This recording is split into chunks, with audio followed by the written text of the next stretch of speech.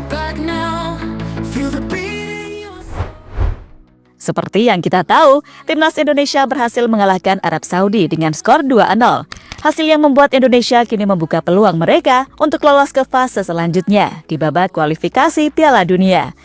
Sebagai fans Timnas, pasti kita harus berterima kasih kepada Marcelino Ferdinand karena pemain Oxford United itu memborong semua gol yang dicetak oleh tim Garuda. Tapi selain Marcelino, kredit spesial tampaknya juga pantas didapatkan oleh Kelvin Verdong. Sebagai pemain bertahan, ia benar-benar menunjukkan determinasinya. Bahkan khusus di pertandingan Arab, Verdong menjadi salah satu pemain yang ada di mana-mana. Dan untuk itu, inilah perjuangan Verdong dalam pertandingan Indonesia melawan Arab Saudi. Voices all around me, whispers through the crowd. El Konsisten, itulah julukan yang pantas disematkan kepada Kelvin Verdong.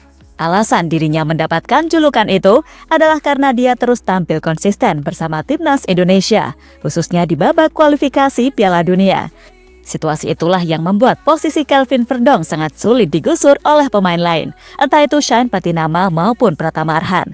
Situasi yang sekaligus membuat Indonesia bangga memiliki pemain berusia 27 tahun tersebut. Selain konsisten, ternyata ada kelebihan lain yang dimiliki oleh Verdong. Kelebihan yang dimaksud adalah saat dirinya tidak gila sosial media. Alasan inilah yang membuat Verdong selalu fokus di lapangan.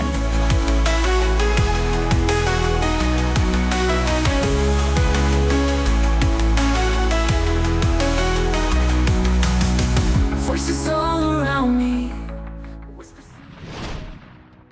Terbaru, pemain NEC Nijmegen tersebut kembali menunjukkan kelasnya dalam pertandingan melawan Arab Saudi.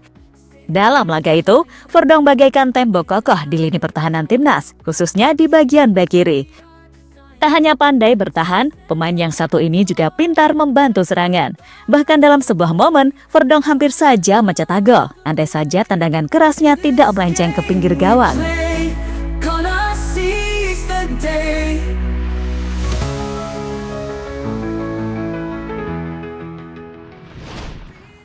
Puncak dari performa Verdong akhirnya terjadi pada babak kedua.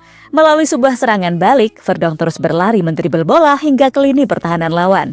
Dengan sisa-sisa tenaganya, Verdong langsung memberikan bola itu kepada Marcelino. Sebuah umpan yang sangat berharga, karena pada akhirnya berkat umpan tersebut, Marcelino kembali mencetak gol untuk Timnas Indonesia. Gol yang sekaligus memastikan kemenangan untuk tim Garuda dengan skor 2-0. Gonna seize the day.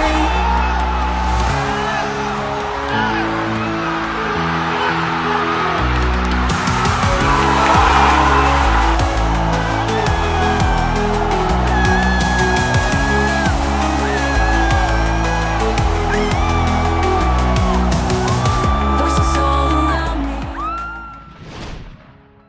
Verdong nangis, dikuatkan semua pemain.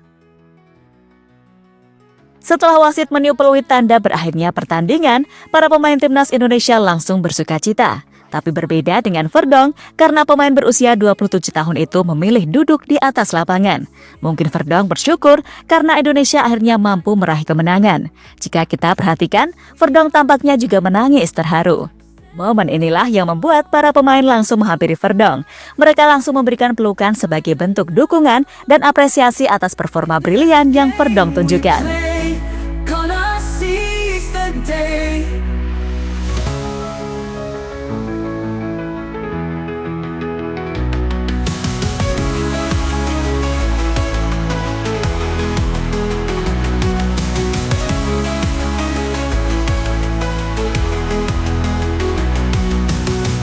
Voices all around me. Statistik luar biasa Kelvin Verdong. Bukti Verdong menjadi pemain paling konsisten di kubu Timnas Indonesia bisa dilihat dari statistiknya. Dalam pertandingan melawan Arab, Verdong menjadi pemain terbaik kedua setelah Marcelino Ferdinand. Bermain selama hampir 100 menit, Verdong mampu mencatatkan 1 kali blok, 9 clearance, 3 kali tackle, dan 5 kali memenangkan duel di lapangan. Tak hanya dalam aspek bertahan, soal aspek menyerang Verdong juga cukup baik. di mana ia mampu menciptakan 2 kali tembakan hingga 2 kali menciptakan peluang berbahaya. Tentu sebuah statistik yang benar-benar membuktikan jika Verdonk menjadi pemain yang sangat penting di kubu timnas Indonesia.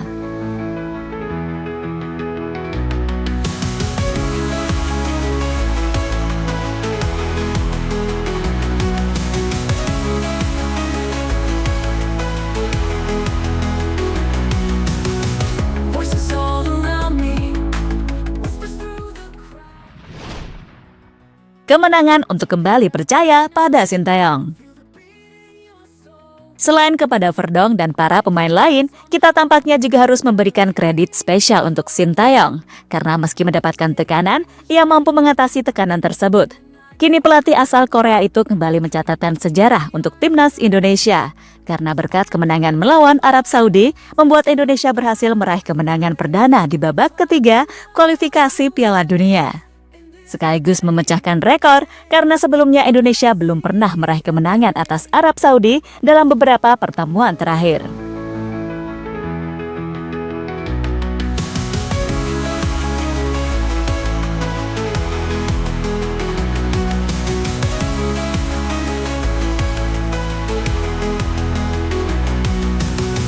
Voices all around me. Whispers through the crowd. Sementara itu, dengan kemenangan Indonesia atas Arab Saudi, membuat kita jadi teringat atas ucapan dari Roberto Mancini. Pelatih asal Italia ini sebelumnya juga pernah menghadapi Indonesia, yang mana kala itu skornya berakhir imbang 1-1. Setelah pertandingan tersebut, Mancini mengatakan jika Indonesia memiliki banyak pemain berkualitas yang bermain di Eropa. Kini ucapannya terbukti karena pemain-pemain timnas yang merumput di Eropa mampu membawa Indonesia menciptakan sejarah. Indonesia memiliki tim bagus dan para pemain yang bermain di liga-liga profesional di Eropa. Hal ini sangat berbeda dengan Arab Saudi yang sebagian besar bermain di liga domestik. Itu adalah perbedaan yang harus diterima, kata Mancini pada media.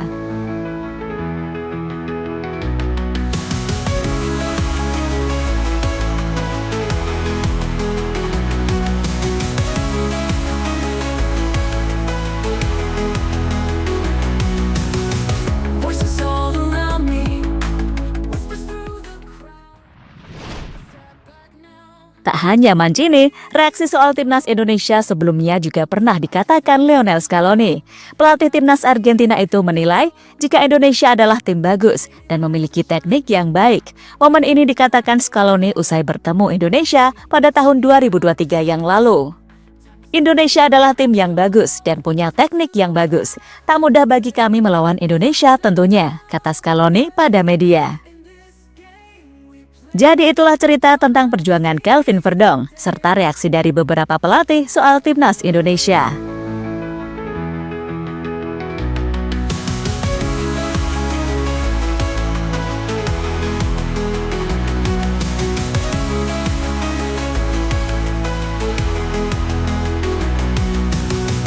Voices all around me. Whispers through the crowd. Don't let them surround me. Gonna speak out loud.